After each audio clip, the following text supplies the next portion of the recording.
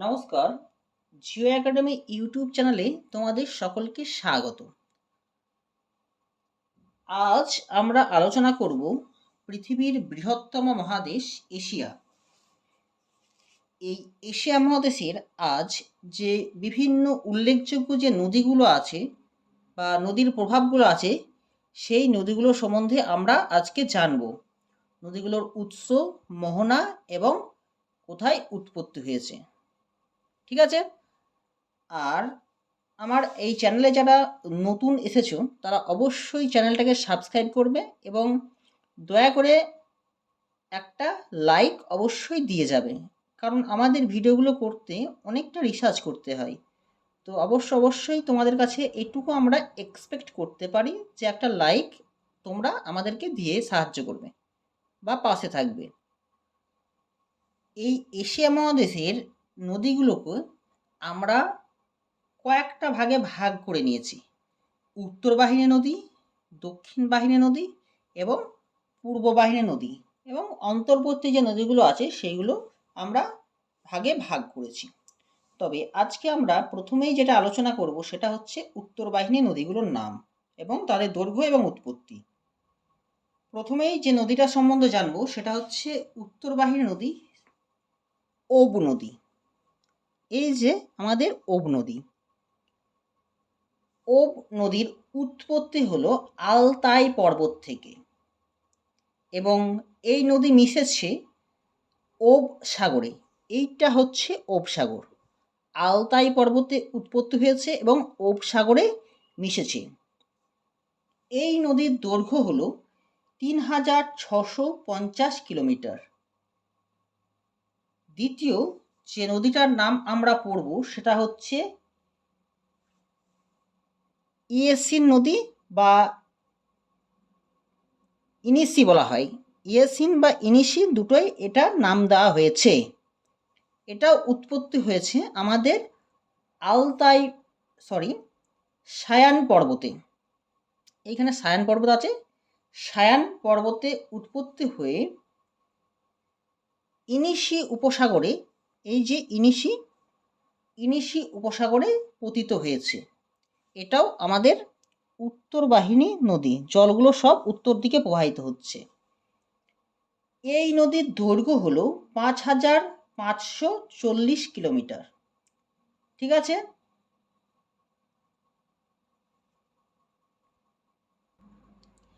এবার আসছি আমরা লেনা বা লোনা।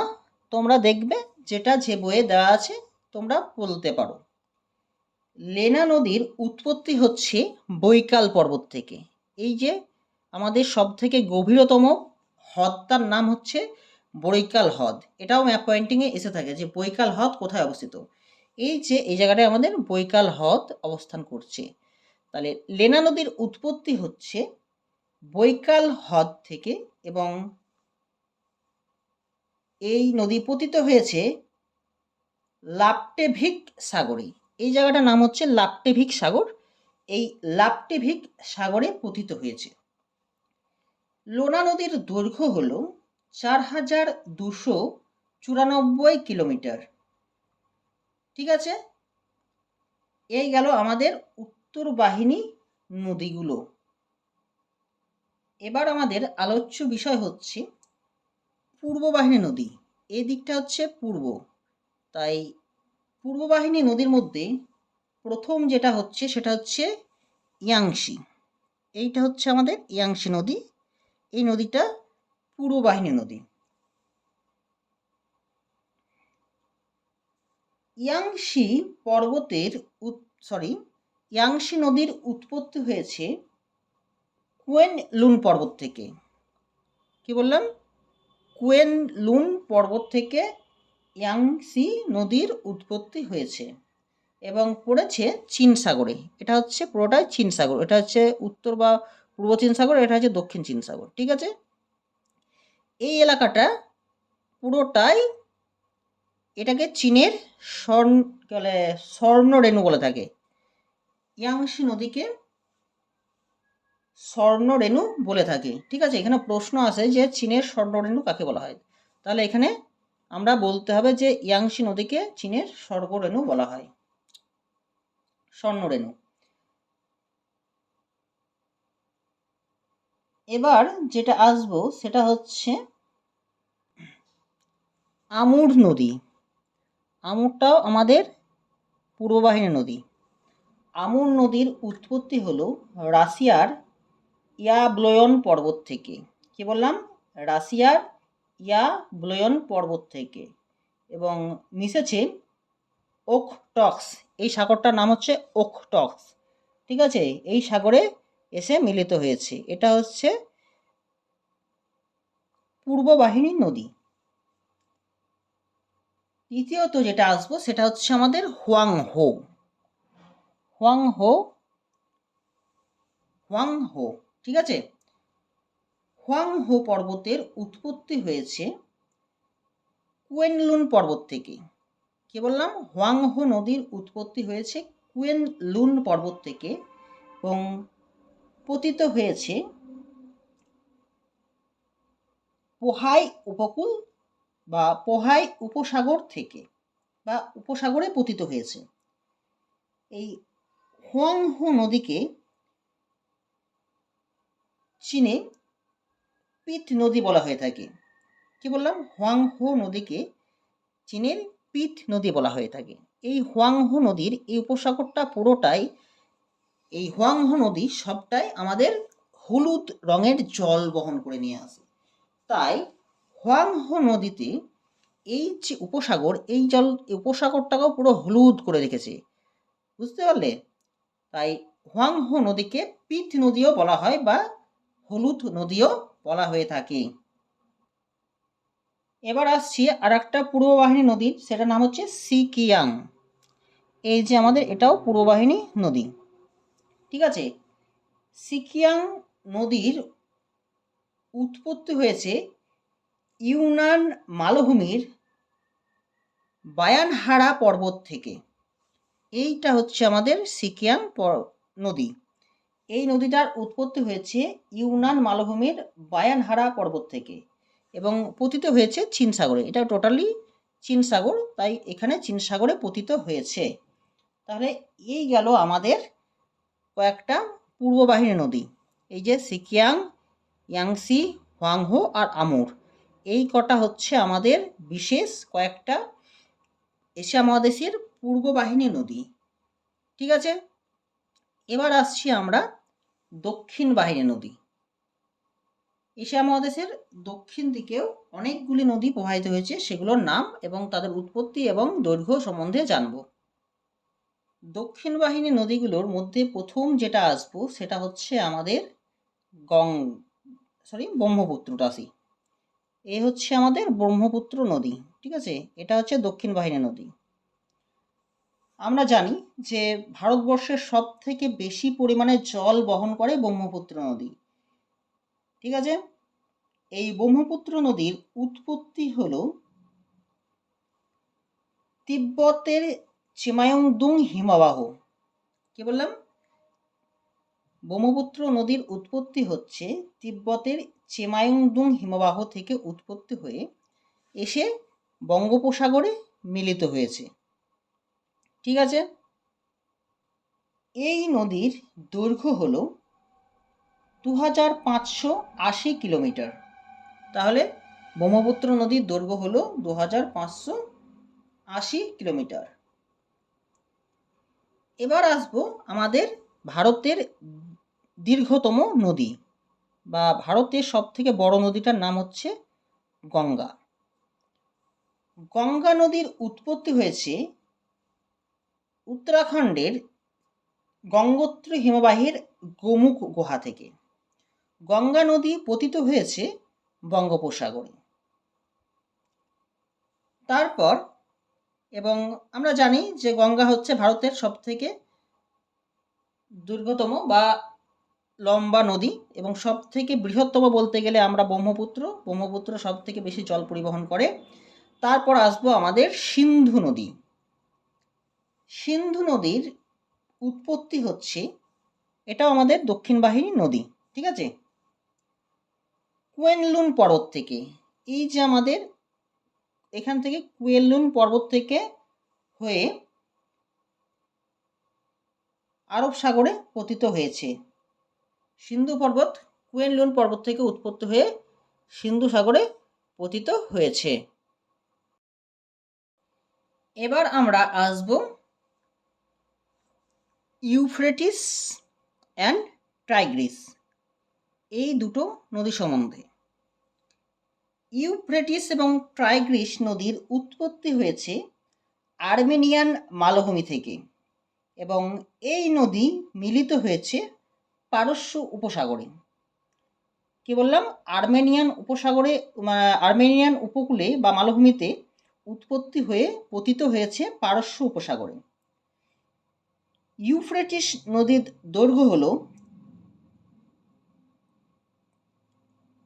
1850 কিলোমিটার এবং টাইগ্রিস নদীর দৈর্ঘ্য হল 2800 কিলোমিটার। ঠিক আছে, এবার আমরা আসব, সেটা হচ্ছে মেকং নদী। এই যে আমাদের মেকং নদী, এটা হচ্ছে আমাদের দক্ষিণ বাহিনী নদী। মেকং নদীর উৎপত্তি হয়েছে এই যে এইখানটা থেকে। কি বললাম? কুয়েনলুন পর্বত থেকে।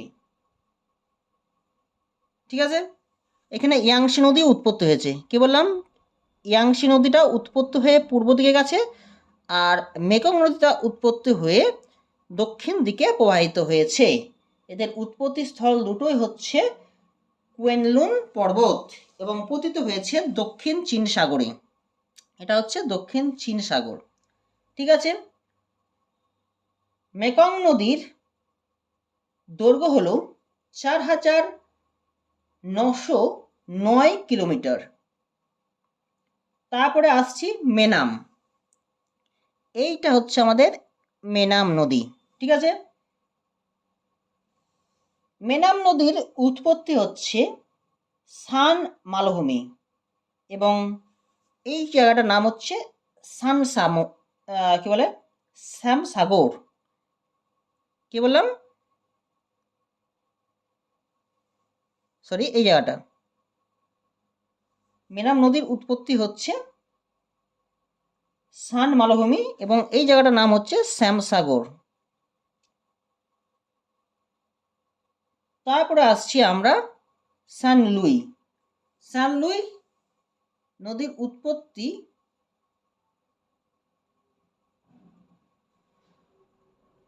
এই নদীর দৈর্ঘ্য হচ্ছে 2800 কিলোমিটার। তারপরে হচ্ছে আমাদের ইরাবতী, এটাও আমাদের দক্ষিণ বাহিনী নদী। ইরাবতী নদীর দৈর্ঘ্য হলো প্রথমে আমাদের জানতে হবে উৎপত্তি। ইরাবতী নদীর উৎপত্তি হচ্ছে ইউনান মালভূমি এবং পতিত হয়েছে মাত্রাবান উপসাগর। এই জায়গাটার নাম হচ্ছে মাত্রাবান উপসাগর। এই হলো আমাদের বিশেষ কয়েকটা দক্ষিণ বাহিনী নদী। ঠিক আছে, আরও কয়েকটা নদী আছে যেগুলো আমরা এখনই আলোচনা করব। তাহলে এইগুলো হচ্ছে আমাদের উত্তর, দক্ষিণ এবং পূর্ব, এই তিনটে নদী সম্বন্ধে অলরেডি আমরা জেনে নিলাম। এবার যেটা জানবো সেগুলো হচ্ছে অন্তর্বর্তী যে নদীগুলো আছে সেইগুলো সম্বন্ধে আমরা এবার একে একে জানবো।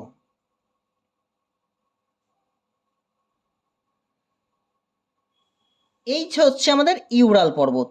এই এই এই দিকটা আমাদের এশিয়া শেষ হয়ে গেছে, এটা হচ্ছে ইউরোপ মহাদেশ। ঠিক আছে,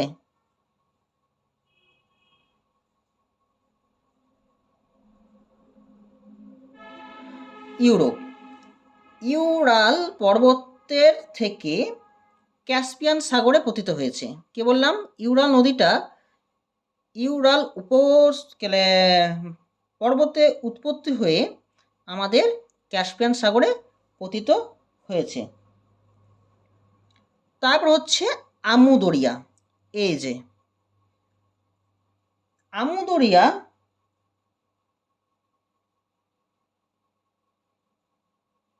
হিন্দুকুশ পর্বতে উৎপত্তি হয়েছে।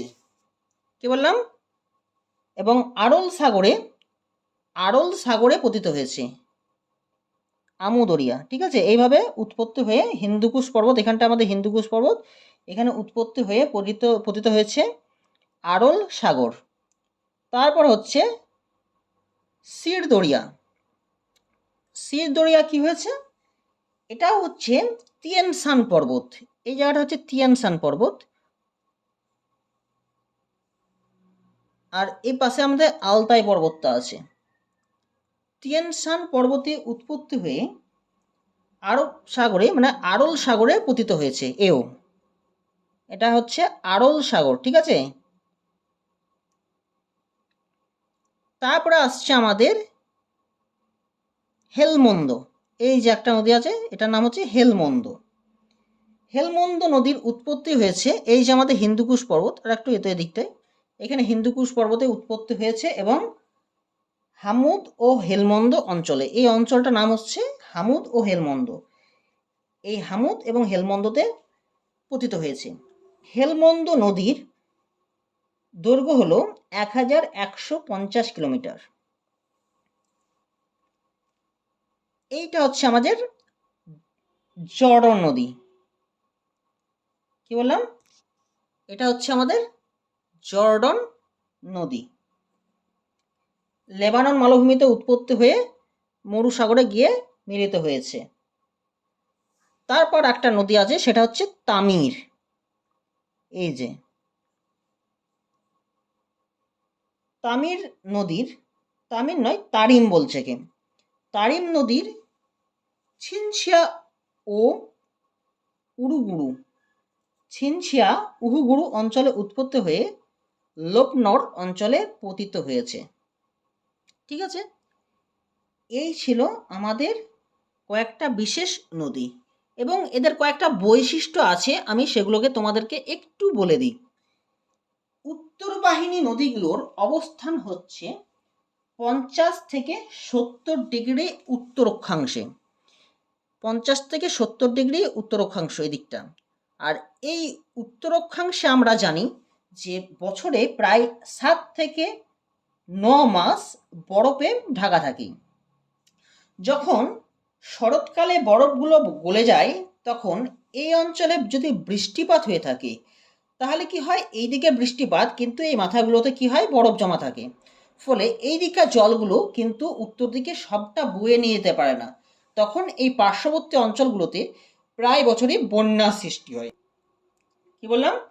এই ওব নদী, ইয়ানসি এবং লেনা, এই নদীগুলিতে বেশিরভাগই যদি শরৎকালে বৃষ্টি হয়, তাহলে আমরা দেখি যে এই অঞ্চলটা প্লাবিত হয়ে যায়।